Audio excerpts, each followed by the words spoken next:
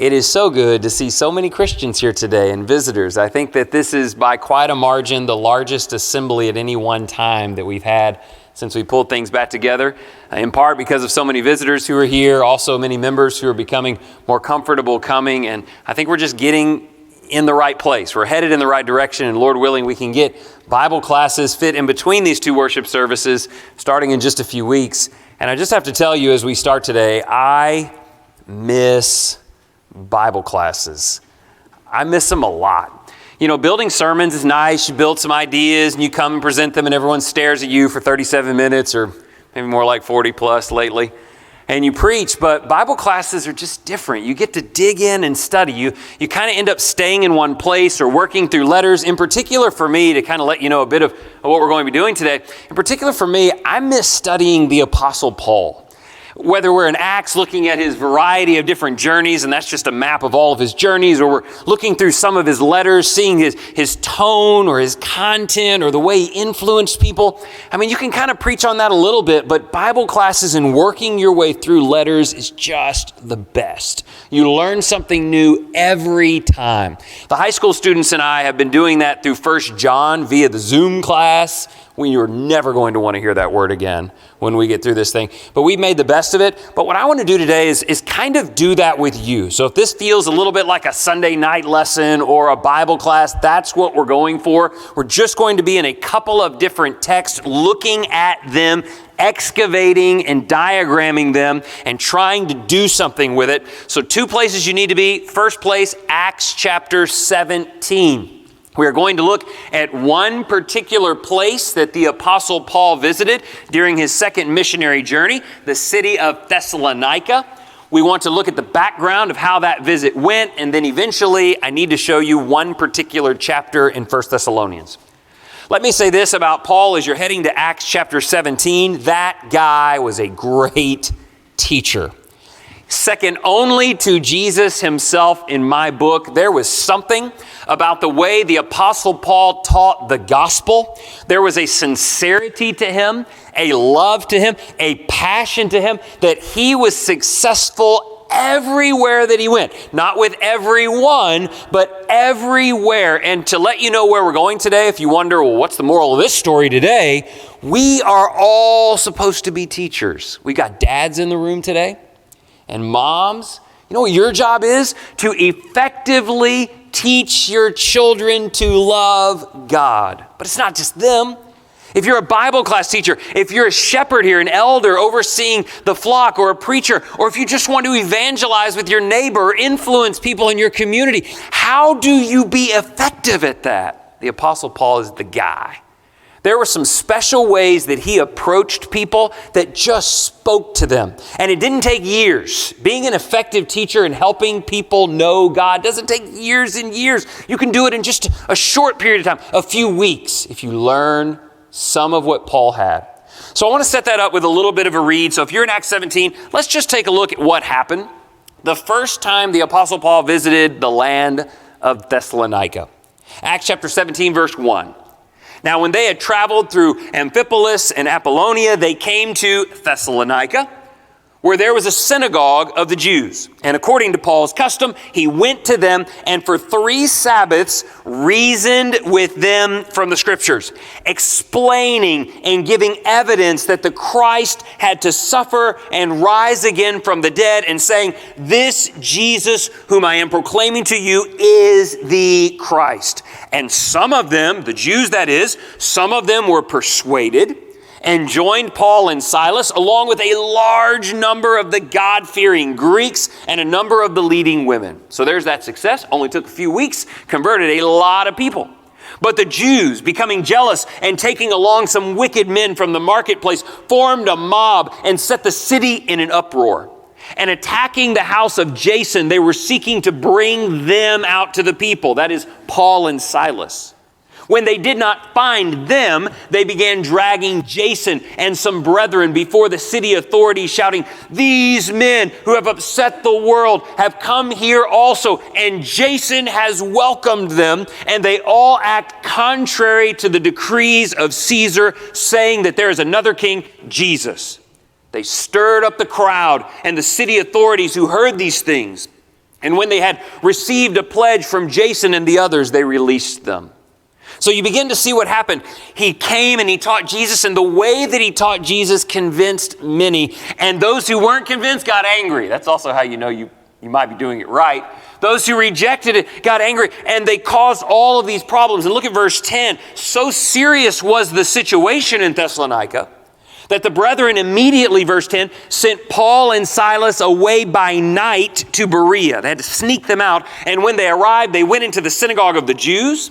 Those Jews, verse 11, were a little bit more noble-minded than those hard-headed ones he ran into in Thessalonica. And a lot of people believed, verse 12. Look in verse 13. But when the Jews of Thessalonica found out that the word of God had been proclaimed by Paul in Berea also, they came there as well, agitating and stirring up the crowds. Those are some really mad Jews in Thessalonica.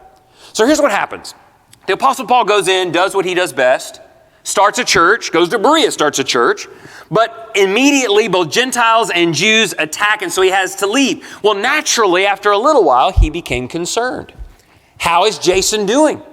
Did he renounce the faith just a month after I left? I sure hope they're hanging in there. So Paul sends his buddy Timothy. Everybody here knows Timothy. He sends Timothy, he says, will you go check on those brethren in Thessalonica for me?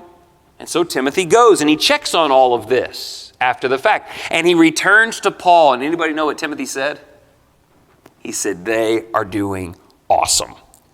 They have withheld all of this negativity. They're standing for the truth. They are everything you believed they could be, they are. And so go with me to 1 Thessalonians. Last place you need to go today, 1 Thessalonians.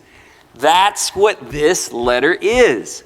This is a positive letter by Paul, who had only known those brethren for maybe a month or two, but he finds out that it worked, and he's writing this letter, and he congratulates them on their stance and their reputation and their faith. And of course, he also challenges them to, excel still more a little bit, which we talk a lot about. But I want to focus in on chapter 2 because I'm interested in getting a better idea on why he was so good at teaching people to be strong in Christ.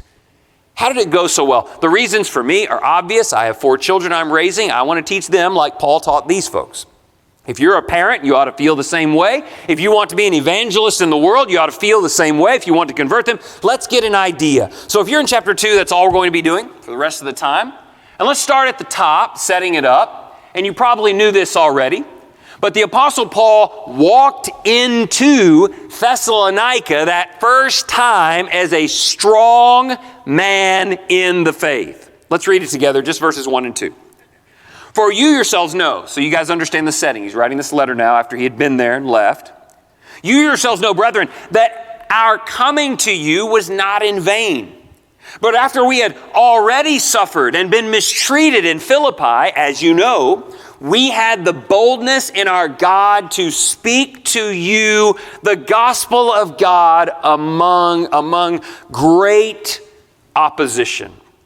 So when he walked into town, he was already committed to God. He had faced persecution and suffering and mistreatment. And he walks into Thessalonica and he says, I am willing to stand in the face of that and preach the gospel to you. Do you think that made an impression on the Thessalonian folks? That Paul had faced ridicule and beatings and maligning. And he walked into that city as bold as ever, standing for the faith and says, I'm here to share with you something that they can't take away. And so it kind of makes our first point for us. Point number 1. You have this much. Everybody know what this is? That would be a 0. You have this much probability of teaching people to be strong in a thing in which you are not strong. How am I supposed to teach somebody to fight for the gospel, to stand for the truth, to battle the world, if I'm not standing for the gospel, fighting the truth, and fighting against the world for the truth? He came in consistent. And I said this in the first hour, and I didn't know if I was going to say it to you guys because it gets recorded and stuff. But you think about who can be a teacher. If I said, is it possible that some people shouldn't be teachers? You might say, no, everybody should be a teacher. Everybody should be teaching the gospel. Everybody should be teaching their kids about God. I don't know that to be true anymore. Don't teach something that you're not convicted on. Don't teach your children to work on something you're not working on. I'm not ready to share the gospel unless I live the gospel. And that's how he started. He started with his own strength. So guess what happened? By the end of his short stay there, which is only a series of weeks, they got that message. He was able to, and this is what we're going to dig in on today, he was able to transmit through the gospel, through the message of Jesus, he was able to transmit his strength to them, which is what I'm trying to do with my children and with you today and with everybody that I meet. And so when you get to the end, let's see how it went. Look in verse 13. For this reason, he said, we also constantly thank God. I'm in chapter 2, verse 13. That when you received the word of God, he's talking about that first visit, which you heard from us, you accepted it not as the word of men, but for what it really is, the word of God, which also performs its work in you who believe. For you, verse 14, brethren, became imitators of the churches of God in Christ Jesus that are in Judea. For you also endured the same sufferings at the hands of your own countrymen, even as they did the Jews. He said, look at you guys. You haven't even known the truth that long, and you're already ready to stand up against your Gentile, idolatrous people who are attacking you. In fact, in Thessalonica, they were attacked by the idol-worshiping Gentiles and the Jews. You already read about that. He said, you guys received the word as if it was straight from God, because it is. And you're actually already beginning to imitate the faith that people in Jerusalem had who've been studying much longer than you have. And what's really cool about it, verse 17, is that he had to leave them. It's not like Paul could just build a house in Thessalonica and like work them through it for a few years like local preachers do now. He said, brethren, but we, brethren, having been taken away from you for a short while, in person, not in spirit, we're all the more eager with great desire to see your face. I mean, that's how you know you did it right, by the way. That's how you know you taught effectively. That you really made a difference, that you changed a life when you depart from them and they hold it. That's how you know. Parents, we got to wait and see, you and me. We got to wait and see. How are they going to be when we're not with them, when they're doing it on their own? You study the gospel with people, you move away, they move away. Are they going to hold? That's the beauty. Whatever, there's two big boxes in the middle. Whatever was his approach to teaching, it was awesome. And I think we would do really, really well to imitate it with our kids, our grandkids, brethren in the faith who are struggling, the community, and everyone you know. So I want to show it to you. He boils it down here into two pieces of imagery. He brings it into this. He said, here's what happened. Here in chapter 2. When I came to you like a mother in one sense, and I came to you like a father in another. You're going to see that. You see the father reference in verse 11. We'll talk about that in a minute. He said, when I came to Thessalonica, it was like I was your father and you were my children. Now, that's not literally true. He was a man. He was not a father. He was not their father, but he came like a father. So, by the way, gentlemen, fathers, stay tuned today. Because by using the imagery of like a father and how he approached them, you're actually going to get a great picture of what a godly father is. So it's a little bonus for you. But he said before that, I came to you like a mother. So let's talk about that one first. If we want to be effective teachers, we must approach all students like a mother in this sense, like we are their mother. Pick up with me in verses 7 and 8. You'll see exactly what I'm talking about. He said, we proved to be gentle among you. As a nursing mother, some versions just say as a nurse, taking care of a small child. As a nursing mother tenderly cares for her own children, having so fond an affection for you, we were well pleased to impart to you not only the gospel of God, but also our own lives, because you had become very dear to us. That sounds like a good mom to me. A good mom loves her babies.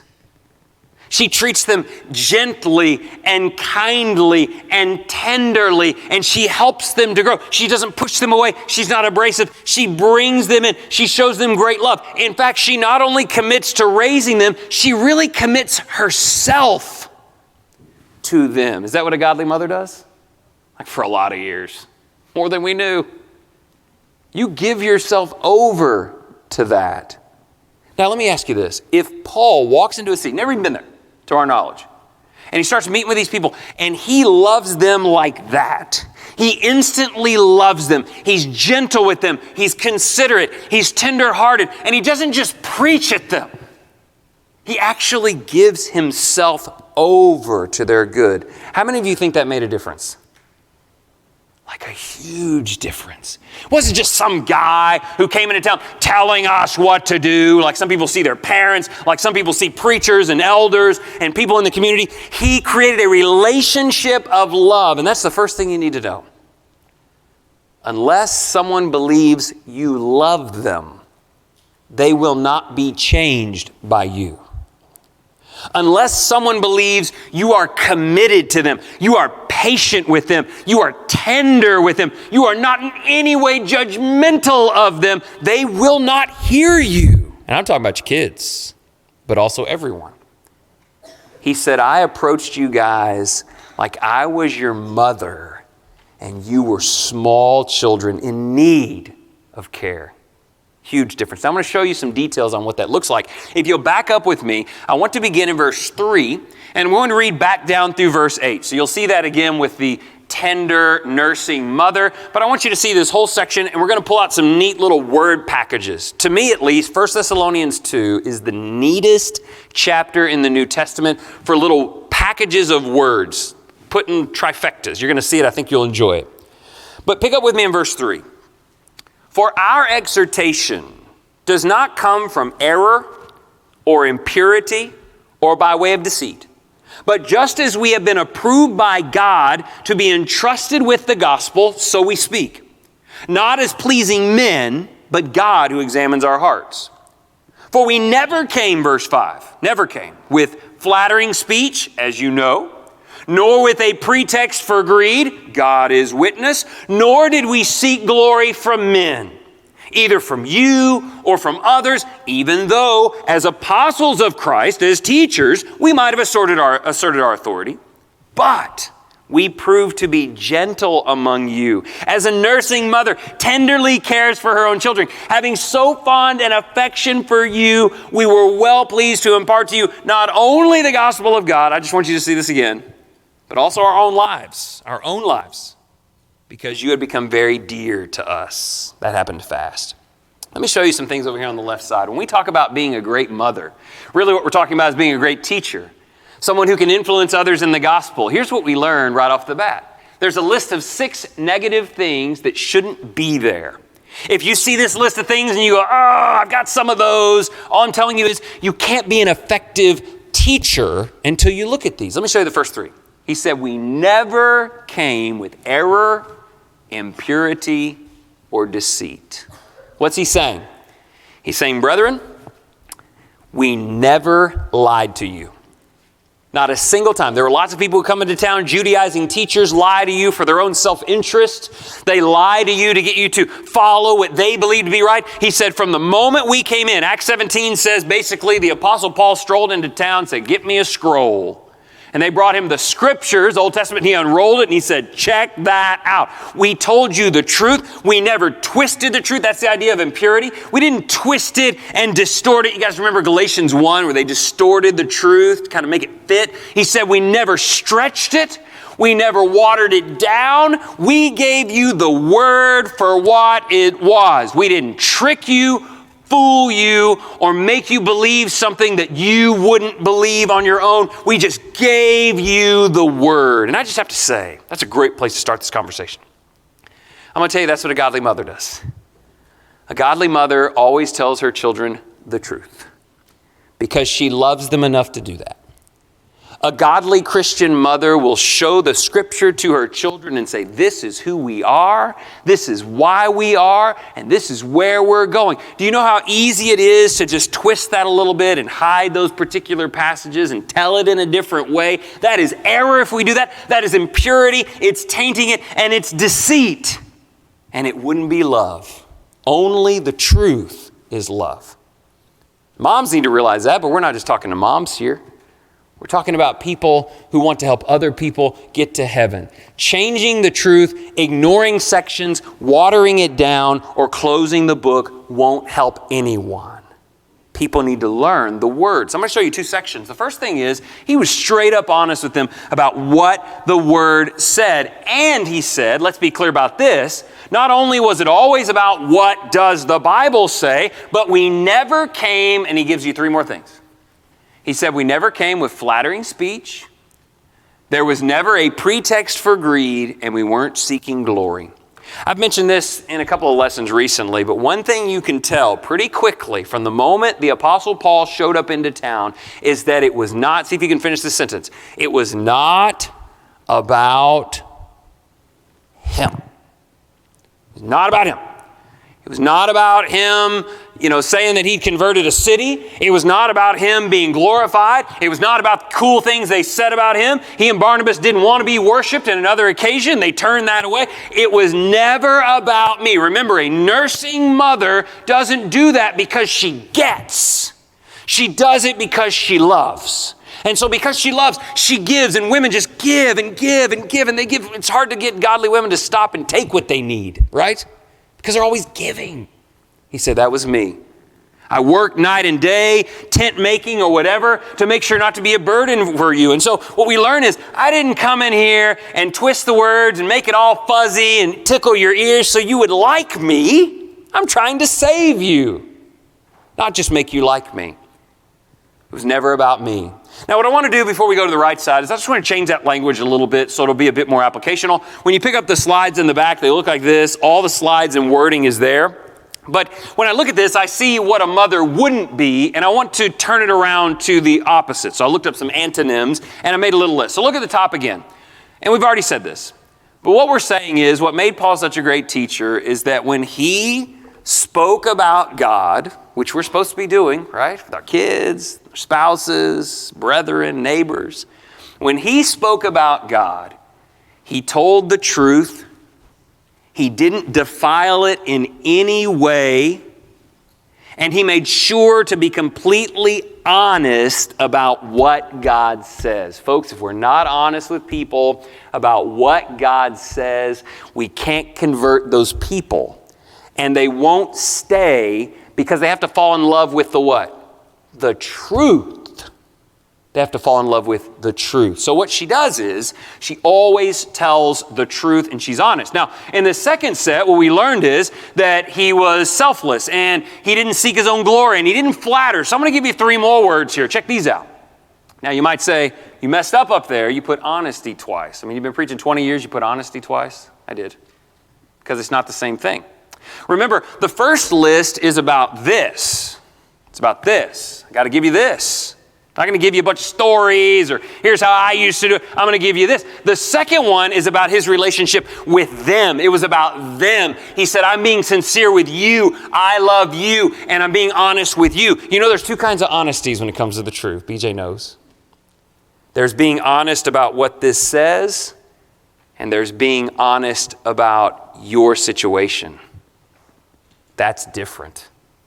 You know, you could say, look, here's what the Bible says. The Bible says you need to do this. Hey, Sam, good to see you. The Bible says you need to do this, man. This is what you need to do, and you got to change, and this is important is what it says. Sam says, so are you saying I'm lost? Oh, no. You're great. You're great. No, I'm not saying anything about you. You're fine. We're friends. Got golf on Wednesday. But there's the truth. You can't help people unless you're willing to tell them the truth about the truth and the truth about their lives. But you do it how? You do it with love, with gentleness, tenderly. I'm quoting from the text. You do it selflessly. If you're ever telling someone they need to change, note this. If I ever tell someone they need to change their life and they even 1% believe that it's actually about me, they won't listen. It's got to be about them. And so here's Paul walking into town with all of this. He said, guys, I don't know who else you've had in town, but listen, I love you like children. I'm here for you. I promise to never lie to you. We're going to lay it out for what it is, and I'll always be sincere. And what'd they do? They were converted in droves, and it held because this love was always there. Let me show you something else, and we'll bring it together. This is, by the way, sometimes we'll talk about at the end, a difficult combination for mothers. Speaking the truth in love, Sometimes women are only good at one of the two, and sometimes men are the same. We either really know how to love you, but we're not willing to tell you the truth. You know who you might be. My mom's here today. She's sitting in the back. She balances it well, though I would say if it ever goes one direction, the other direction would be telling you the truth, but without love. What's it going to take to raise believers? Both, right? She works on that. So do I with my kids. Now, we're going to come back to that in a minute, but there's some other things going on. Look a little further in the text. You ought to be right there in 1 Thessalonians 2. You're following along. Now I'm going to begin verse 9. He said, not only was I like a nursing mother with you, but I was also like a father. And of course, that's going to be different. So look in verses 9 and following, and I want you to see if you can find those two chunks of words again. You're going to get 6 words paired up like this. See if you can find them in this read. Verse 9, for you recall, brethren, our labor and hardship, how working night and day, so not to burden any of you, we proclaim to you the gospel of God. You are witnesses, and so is God, how devoutly and uprightly and blamelessly we behave toward you believers. Just as you know how we were exhorting and encouraging and imploring each one of you, as a father would his own children, so that you would walk in a manner worthy of the God who calls you into his own kingdom and glory. So he says, there was a way in which I was like a good godly father to you. Did you see the two lists there? Let's talk about it.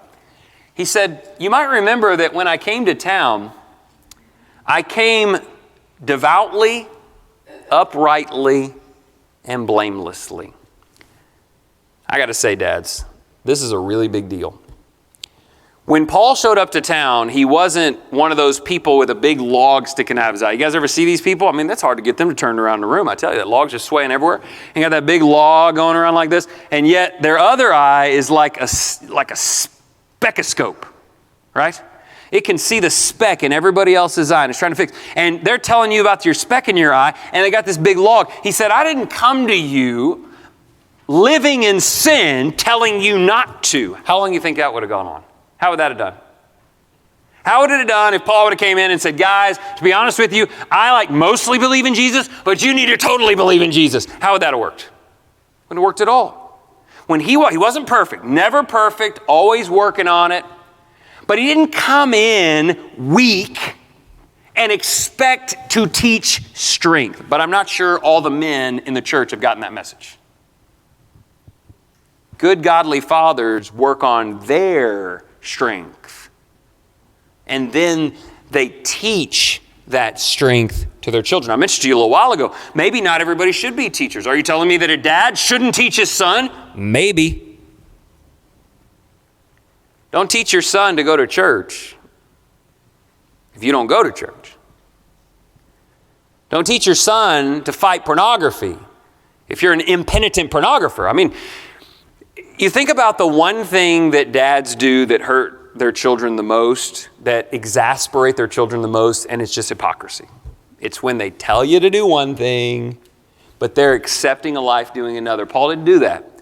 Paul didn't do that. He walked in and said, I'm working on me, I'm devout, I'm upright, I'm trying to be blameless, and I just want you to know the joy that I have in I don't want you to just follow rules. I want you to know the joy that I have in my life. And guys, if you want to be good evangelists, you want to convert people where you work. I try to convert people where I work. It's going great. It's already converted. You want to convert people where you work and in your neighborhood. Your spiritual successes, your stand, your strength, the work you put in on you will probably do more to convert them than even the words that come out of your mouth. Or at least they make those words matter. You ever had anybody open the word to you when you knew they weren't living it? How enjoyable was that conversation? But have you ever had anybody open the word to you and you knew they were living it? And they wanted to help you live it? It's completely different. He was like a good father, devout, upright, and blameless. And he said, let me tell you something else. Like any good father, I came in not just standing in my own life for the truth, but I came in exhorting you, encouraging you, and imploring you. Now, I know you may have different versions out there. We have some New King James here, some ESV, NIV, whatever it might be. So you may have a little bit of different wording, but I went with the New American Standard because I think that most of those versions kind of come together to mean these same things. So even if you have a different word, it stands in this same place. You may have words like guile and stuff, different things. But on this positive side, it's exhorting, encouraging, and imploring. And I have to tell you guys, I almost, at this point in the study and preparing the lesson, I almost just threw out the rest of the lesson and taught a 3-point sermon on this. Like, this is what good dads do. They exhort, they encourage, they implore. Now you might think, well, yeah, okay, let me be specific. Do you know what that word exhorting means? I did a little research on that particular word in your text, and it means to call to one side. I like this. It means a father, the son has done something he shouldn't have done. The father doesn't yell across the room. The father's not like in his bed watching Netflix going, "Stop it!" The father calls the son to him. That's the idea of exhorting. He brings him in close. He communicates with him. He connects with him. Love is in their eyes. And there's a lot better chance that kid will listen. Look, we can't teach our kids, gentlemen. We can't teach our kids from a distance. There's no absentee effect. We can't teach the world from a distance. We've got to know them. We've got to go meet them. We've got to share interests. We have 40 visitors here today. Go meet somebody. Most of them are Christians. Some of them will be soon, Lord willing. We've got to know them. Like, exhort them. So the next time you think about the word exhort, think about, am I distanced and why do I think that will work? And bring it in close. It makes me think of, I hesitate to use this example anymore because Tiger Woods is kind of a mess now. But you know, back in the old days when he was doing a little better, I watched an interview with his dad, Earl, who passed away. And they said, how'd you raise such a disciplined son? You know, and he said, every time he did something wrong, I would walk over to him, even as a little boy. I would kneel down in front of him, get eye to eye with him, and we would talk about what happened, and we would work through it together. Sometimes dads aren't real good at this. They're distanced. They delegate it to mom, delegate it to the high school teacher back there, delegate it to the world, but we need to be involved. So here's Paul. He shows up. And he's like, I just want to be close to you. So encouraging, and I'll get through the rest of these really quickly. Think about it. I'm going to use my hands. It's like the first time ever. I'm going to use my hands, okay? So it's exhorting, encouraging, and imploring. You guys can follow that? It's not distanced. It's close. It's not judging them for being down or attacking them. They're lost. We get that. He wants to come in and lift them up. Let me give you some good news. Let me give you some hope. Let me show you a better way. And then with his hands on their back and maybe holding the other, he walks them forward. He implores them. That actually is connected with the word martyrdom, which is really interesting. He said, no matter what it costs us, let's go. Let's go together. That's being a godly father. Let's talk about it. Let's get through this. Let's do it together. But this isn't really about mothers or fathers. That's just the figure. It's about teaching anybody. There's nobody in your life you're going to convert by yelling across the room. There's nobody in your life that you're going to build up by tearing down. There's nobody in your life that's going to move forward because you pointed. You gotta go. You gotta go with them. And when they saw that guy walk into town, look at these 12 things up here. When they saw that guy walk into town, it just changed their lives forever. Even in a short time, even after he had gone. I love it. Now, as we get to the end of this, I want to sum it up. We've got 12 words up here, a lot of words, kind of hard to remember. So I'm going to take these word families and just sum it up into 4 words for you. Again, you pick up the slide in the back, it'll have all this. Let me just boil it down to this and then we'll finish. I want to be an effective teacher of myself first and of others. I want to present lessons to a group of 150 people like we're in the room right now, and I want it to make a difference. But it's not just me here. We've got shepherds in this room who need to be effective with the sheep, who need to teach the sheep. Can't be done through distance, has to be done through contact, has to be done close.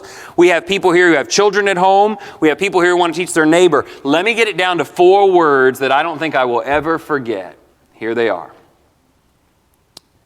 Let's look at the mother's side first. A good, godly mother. She loves the children, and they know it. They can feel it. They can hear it. They can sense it. But she also tells them the truth about God. As I mentioned to you a minute ago, I think sometimes moms and dads can be a little better at one of these than the other. There are extreme cases where there's all the love in the world and very little truth and nobody gets to go to heaven. There are cases where there's all this truth and it's almost like they close the book and wrap some rubber bands about it and just pop them across the head with it. Wake up, they're all wet, they don't know what happened. We baptized you, it's great. And there's no tenderness. They're not gentle or kind. If that's you, and I'm talking about dads, moms, everybody, evangelists, elders, preachers, if you really want to make a difference, you got to have them both. I mean, that's what the book of Ephesians said, teaching the truth, always the truth. That's authority, always the truth, in love. So imagine if you and I started really working on that, but that's not all. Look at the other side. I'm going to talk to the gentleman in a minute. I think this chapter is perfectly based to deal with the differences between men and women and then bring it all together. He said, listen, a good godly father is going to be, first of all, present. Gentlemen, it is not your wife's job to raise your kids. They're your kids too. You got to be there. You got to sit down at the table, have the conversations, find out what's going on. Listen to seemingly endless stories about the most random of things. Just to build trust. Evangelism's that way too. We sit down and I just listen for sometimes hours.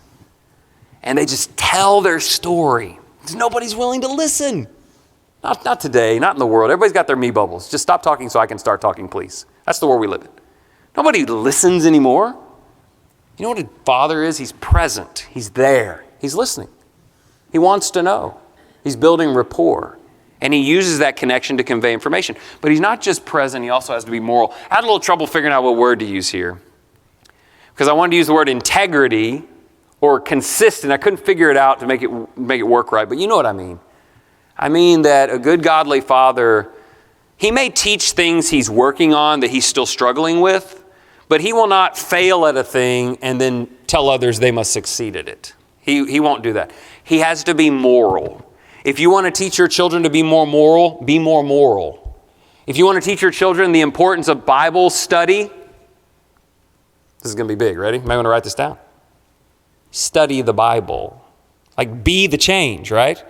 Show the change, and then the words have weight, but it's that way evangelistically as well. But think about what happens if we get all four of these things together. And by the way, men kind of can struggle with these. There's either a little bit of hypocrisy in it sometimes, or we run from our problems. But what if we stayed and we worked on ourselves, and we were loving, and we always told the truth?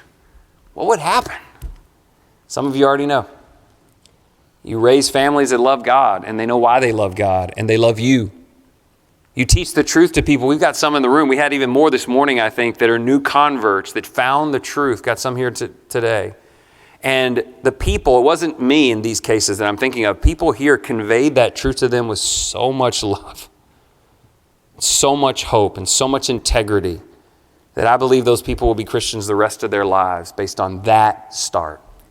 So I would just say in your home, if you're struggling with this, go to God and go to your family. You don't need a front row for that. Come forward and all that kind of stuff. But I will say this, number one amongst it all was the Apostle Paul was a Christian. He had a story to tell. If you're not a child of God, if you've not been baptized into Christ, look at this list. How can I love people? How can I be honest about the truth? How can I be present and moral until I found Jesus, until I've had my sins washed away and I have a story of purity to tell? That opportunity is extended to you. And certainly, if you need the encouragement of God's people, let me just tell you, there are a lot of good people in the room today. A lot of honest people, a lot of loving people, and we're here. We're here for you. If we can help you, come now as we stand and sing.